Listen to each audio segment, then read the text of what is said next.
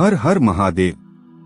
भक्तों, आज हम सुनेंगे भगवान शिव और माता सती की दिव्य और अद्भुत कथा।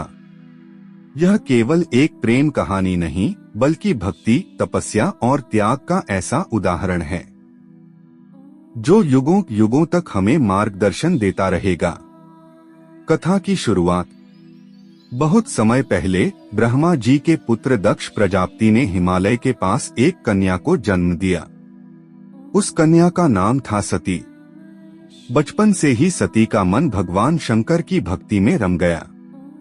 जब उनकी सहेलियां खेला करती, सती ध्यान लगाकर नमः शिवाय का जप करती।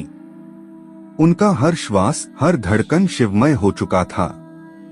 सती का संकल्प, समय बीता और सती विवाह योग्य हुई।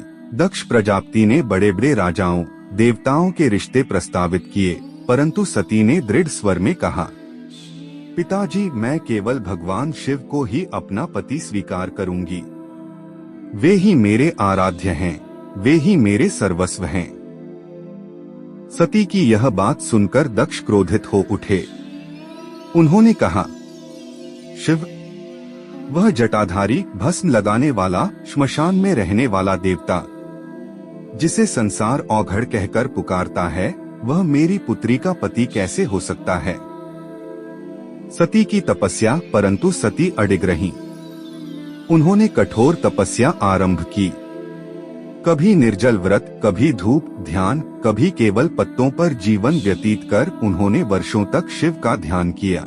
उनकी तपस्या इतनी गहन थी कि देवताओं का मन भी द्रवित हो उठा। स्वयं नारद मुनि ने देवताओं से कहा, सती जैसी पतिव्रता और तपस्विनी को शिव के अतिरिक्त और कोई पति नहीं मिल सकता। शिव का प्रकट होना। सती की कठोर तपस्या से भगवान शिव प्रसन्न हुए।